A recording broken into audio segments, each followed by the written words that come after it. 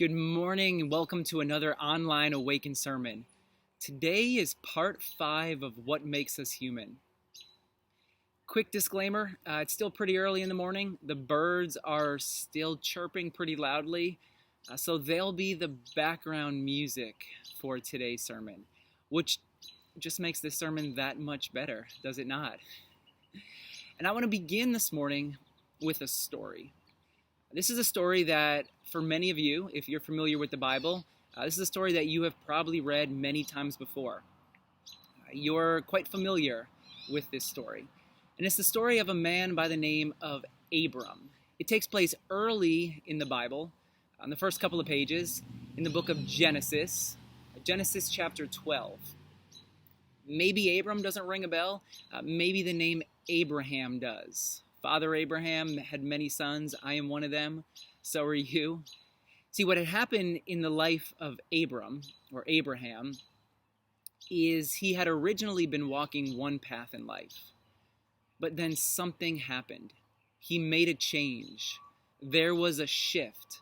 He had been walking one path. He had been on one particular journey. Then his path shifted. He started walking a completely different and new path. And as a result of this new path that he began walking, his name changed. Because in the world at this time, your name signified your identity. So Abram had one identity, but as soon as he stepped out, as soon as he made a change, as soon as he began walking on the blue trail instead of the red trail, his identity shifted, and he was no longer known as Abram. He became known as Abraham. See, the thing that I want to talk about this morning is our ability as humans to make a change. This human ability that we have to be walking one path and then to go on a different path, to make a change. To be living, we could say it this way maybe, to be living one story, but then to start walking and living into a completely new and different story. This is what happened in the life of Abram, and I believe this living into a new story is something that's at the heart of what it means to be human. The ability we have to change the direction, the trajectory of our lives. Let's begin in chapter 12 of Genesis. Right in the beginning, verse 1, we're told this. The Lord said to Abram, "Leave your country, your people, and your father's household, and go to the land I will show you." Here we are, one sentence, just a couple of words, and already we have so much to talk about. This call, this invitation to Abram, it begins with an invitation to leave behind everything that he has ever known. At this part in the story, Abram's living in Ur. It's a city in ancient Mesopotamia. Abram's grown up here. This is all he's known his entire life. He knows which restaurants to go to. He knows which stores have the best deals. He knows where to buy his toilet paper, his paper towels. He probably lives just a few tents down from where he grew up. His family lives right there by him. If he needs to borrow any salt or pepper, he knows which tent to go to. Abram's living in the familiar. There's a certain level of comfort, of convenience when you're in the familiar. This invitation into a new story, a new adventure, a new journey, it begins with leaving all of that behind. It begins with an invitation to leave behind the known. I mean, that's how any good adventure begins. Any movie, any book, any play that you've seen or read, the main character is always thrust out, sometimes forcefully, other times on their own, but they're thrown out into the unknown. They leave behind everything that is familiar to them in order to embrace an adventure of uncertainty, of not knowing. And if we'll notice at the end of this sentence, what God is asking Abram to do, he's not giving him a specific destination to go to. He's not saying, I want you to leave behind everything and go to Dallas. He's not saying, leave your father's household, the country that you've grown to love and know, and go to Sacramento. Instead, this divine invitation is simply, go to the place where I will show you. I mean, how's that for uncertainty? You can't plug it into Google Maps. You can't grab a Rand McNally atlas and map out the route that you're going to take to wherever it is that God's telling Abram to go. Instead, it's simply, leave it all behind, and I'll guide you. I'll lead you. Now, there's another element to this as well, which just takes everything from here up a few notches. The God who is speaking to Abram here is the God who becomes known as Yahweh. Abram's family, Abram's village, his tribe, did not know who Yahweh was. Yahweh was not their tribal God. This, as Abram is being introduced to Yahweh, this is an entirely new and different God than who Abram and his family have ever known.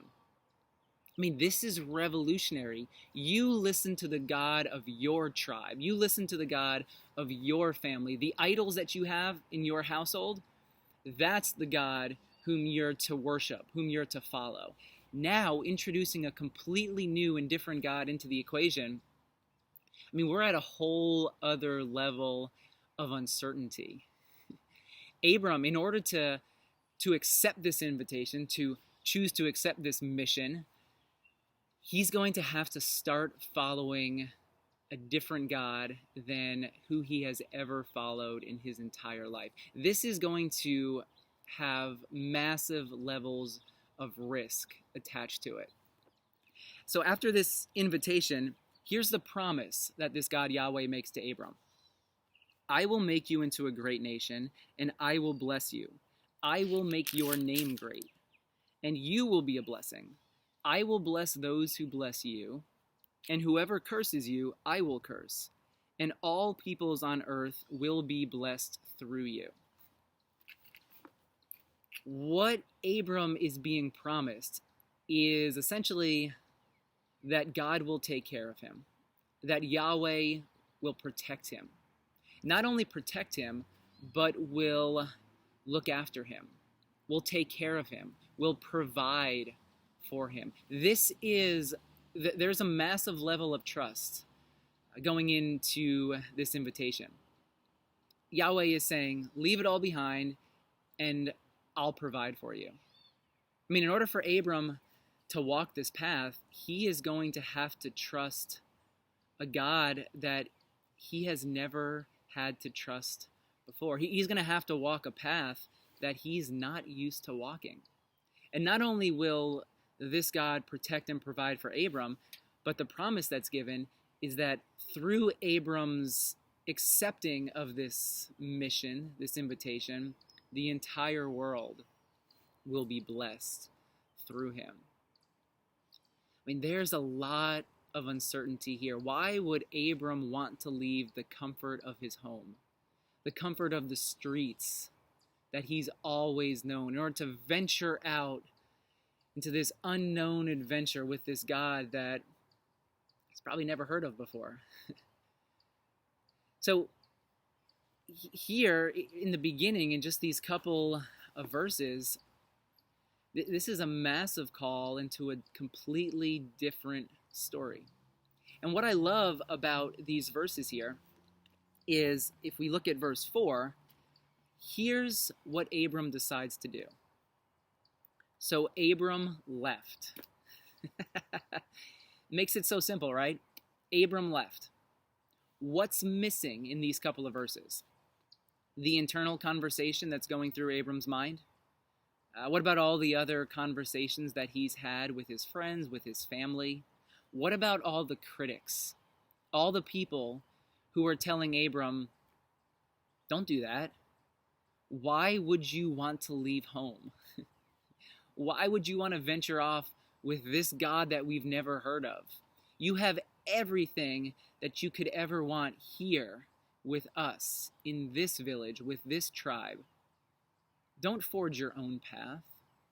Don't go on an unknown adventure. Stay here where everything is comfort, where everything is comfortable and convenient.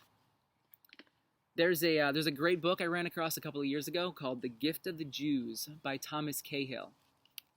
And in this book, he talks about this story of Abram. Here's how he describes those couple of words. So Abram left. In Hebrew, they're the words Vayelech Avram. And Cahill says those words are two of the boldest words in all literature. They signal a complete departure from everything that has gone before in the long evolution of culture and sensibility. Sensibility, the conventional path, the path that we're all encouraged to take in life. Why would you step out of the path that everyone's already on? Why would you want to go on your own unique path? Abram had critics, but many of you have had critics as well whenever you leave the reservation or whenever you go off of the pre-approved script that our culture is living by. Whenever you decide to go on a new journey, when you decide to change your story, when it doesn't line up with the larger cultural stories that we're being handed, the critics are always there. The critics are always telling us why we're wrong, why we shouldn't take that path, why we shouldn't make that decision. I mean, one of the things that I often wonder when I read the story of Abram is how many other Abrams were there before this Abram decided to leave, decided to go? How many other people were given this opportunity, were handed this invitation, but they decided to stay? They decided to continue living the same story that they had always been living. They decided not to make a change. I mean, I often wonder when I read this story, how many others were there that simply said no, that listened to the critics, that kept walking that conventional path that we're being handed from the moment we grow up.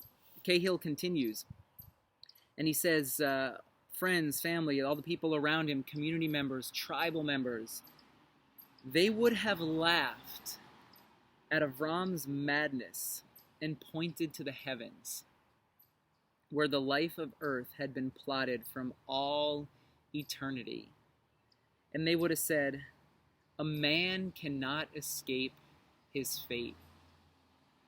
The world at this time, your fate was determined by how the stars were aligned when you were born. It determined your path. It determined who you would become. It determined your identity. So Abram was given his identity when he was born because, well, that's how the stars were aligned. And when he decided to go walk his own path to follow this God Yahweh, everyone, the multitudes, the majority would have laughed at him and said, why are you doing this? This path is going to end in failure. You really think the promise you were given by this unknown God will ever come true?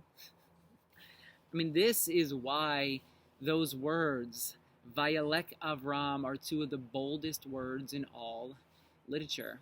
Because Abram chose to defy a predetermined fate. He chose to walk his own path. He chose to change his story. See, when I think about what is it that allows us to change, because let's face it, some of you, you're really, really comfortable with change. You embrace it with open arms. You can't get enough of it. While for others, just the thought of change It's something you want to turn and run as far away from as possible. So what is it that allows us to actually make changes in our lives? What is it that allows us to begin walking a new, a different, a non-conventional path in life? I would argue it's the stories that we allow to shape us. As humans, we are storytelling people. We make meaning by telling stories. Facts are good, but facts don't help us necessarily make meaning about things. One of the biggest questions that we always have is why? Why? Why did this happen? Why did I have to go through this? Well, that question is us attempting to put into a story all the events and the experiences of our lives. So at the heart of our human journey is the fact that we're a storytelling people. Our lives are always telling a story. We're being shaped by unconscious stories, whether or not we're even aware of it, right? They just shape us at an unconscious level. And then they direct how we go and how we live and how we make meaning, how we see the world around us. So if we become aware of the stories that we're allowing to shape us, or if we become aware of the stories that our lives are telling, it gives us the power to then make a change, to say, well, that's really not the best story to be living by, or that's not really the best story that I want my life to be telling. And from there, with that awareness, with that knowledge, we can then begin to make shifts, to begin walking a different path. A few years back, I was listening to a podcast being interviewed was a man by the name of Steve Chalk, and he began an organization in London by the name of Oasis. And this was a nonprofit organization that their entire mission, their goal, was to help underprivileged people in the city of London. So if people didn't have access to food, to clothing, to shelter, they wanted to do everything that they could in order to provide those things that many of us take for granted to those who did not have access to those things. Education was also a big thing that they focused on, so they wanted to make sure that they were providing education for children who did not have access to education. Now, when Steve Chalk began this organization, he didn't have a lot of volunteers. So he began recruiting volunteers. Here's how his recruiting statement went. And I wrote this down because I thought it was absolutely brilliant. What he would tell people when he would ask for volunteers is he would say, well, first off, he said that loads of people came. They disrupted their lives in order to go and be a part of what Oasis was doing. They moved to London from wherever they were living in order to be a part of getting Oasis started. He said this was the invitation that he was giving people. Come to London, work really hard, and maybe, just maybe, we can provide you a salary 6 months down the line. Maybe. I mean, try selling that to your parents when you graduate college. What kind of a job are you going to be getting? Well, I'm going to move to London, and I'm going to figure it all out. I'm going to figure out how to make money. I'm going to figure out where to live because I want to join this organization that can't financially provide for me at all. So I'm going to have to figure things out, but I'm going to go work for this organization because I believe so much in what they're doing. If you're a parent and your post-college grad son or daughter says this to you, chances are you're going to be a bit hesitant to fully support that decision. I mean, this isn't the normal path in life. This isn't the conventional wisdom that we offer students when they graduate college. When he was asked, well, why would loads of people move to London? Why would loads of people disrupt their lives without the promise of a pay in order to come and be a part of your organization? And he said this. He said vision. He said it was because of vision. He said everyone, and this actually goes back to what we were talking about last week. He said everyone wants to live a story that gives purpose and meaning to their lives. Now in the podcast, he went on to tell about a big problem that was facing the United Kingdom during this time, and it was the radicalization of its teenagers. ISIS was recruiting, he said, about 5 to 10 teenagers a week. They were leaving the UK in order to join this terrorist organization.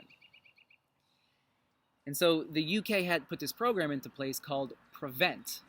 And basically what Prevent did was Prevent told these teenagers how dangerous it was and how radical of an idea it was to go and join a terrorist organization.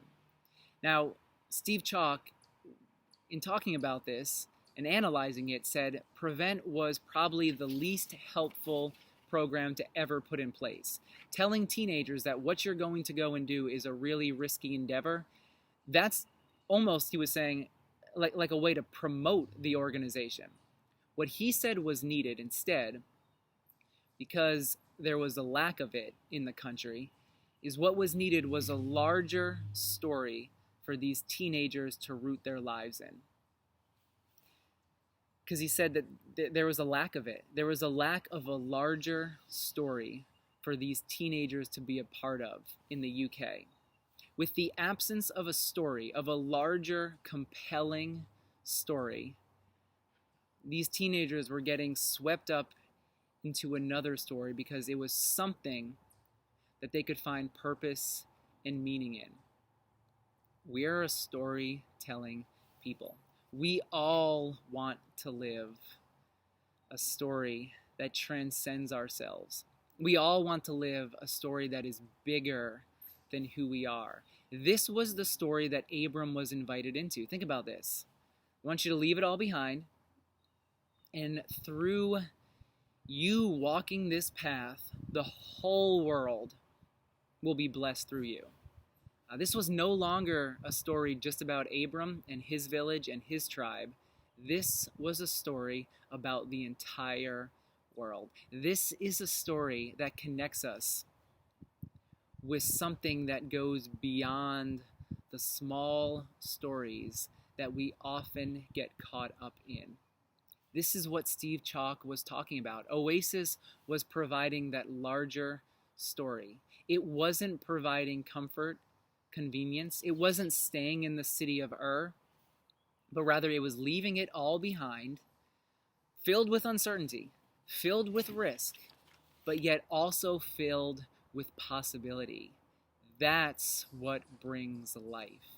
Possibility. For all we know, Abram was completely bored with his life at Maybe Abram was in a rut.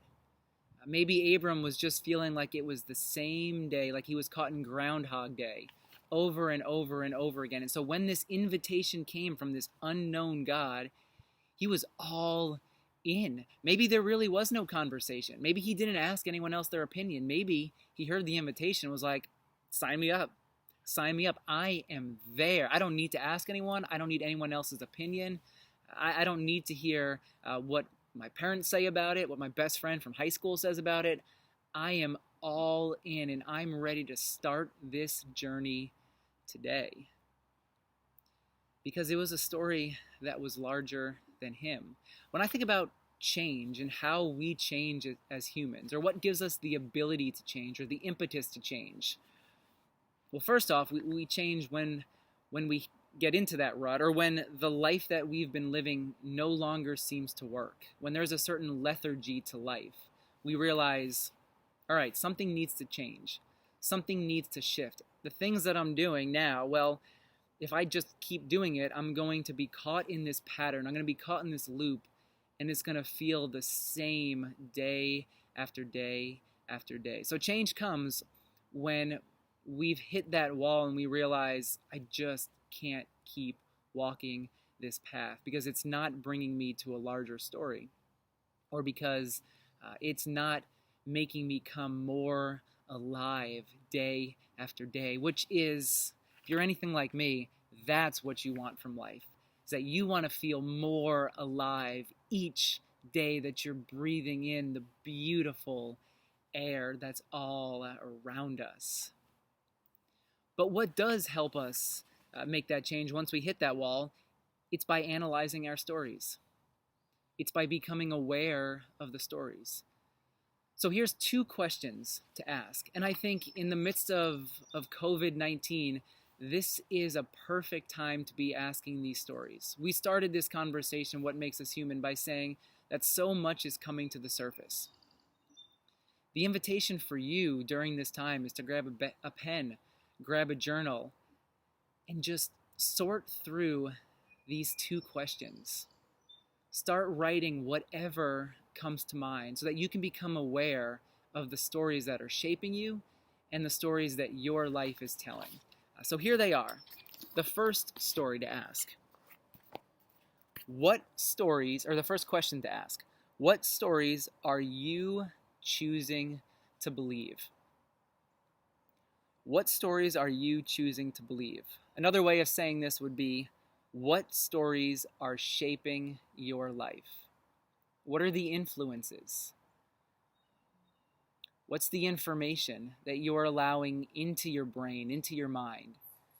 And as a result of what you're allowing in, that's shaping you in ways that you probably don't even realize. So what are the stories that you are choosing to believe about yourself, about your neighbors, about this world that we're living in? And then a second question, what story is your life telling? If I were to ask your friends, your closest friends, what's the story that you think his life is telling? Or what's the story, when you think about her, what story is she telling with how she lives her life? What would they say? A great exercise for this is, what would your friends and family say at your eulogy? What would they say about your life? What would they say about the story that your life told? So I encourage you, during this upcoming week, take some time with these two questions. Take some time analyzing them, becoming aware of what's always there, but maybe you don't really focus on all that much. And then as a result of what you've written down, of what you come to discover, maybe you'll find it's time to leave behind. It's time to venture off into the unknown. It's time to make the change from Abram to Abraham. It's time to stop walking in that endless red loop and begin venturing off onto the other trails to see what is there. So my prayer for you, my friends, this week is that you would become aware of the story that your life is telling, and that you would become aware of all the stories that are shaping you. And as you're becoming aware of these stories, my prayer is that your ears would be open to what the Spirit wants to speak to you about those stories, about which stories are bringing life, about which stories are leading you down the path that God has for your life. And that you would hear the divine Spirit inviting you down the best story. That you would come to become aware of whether or not it's time for a change. It's time to walk a new path. My prayer for you this week is that you would follow the path that God has for you in your life. That you would embrace the stories that shape you in ways that are good for you and for this world. And that your life would tell the story that God saw in your life from the moment that you were created. Grace and peace to you all this week. Amen.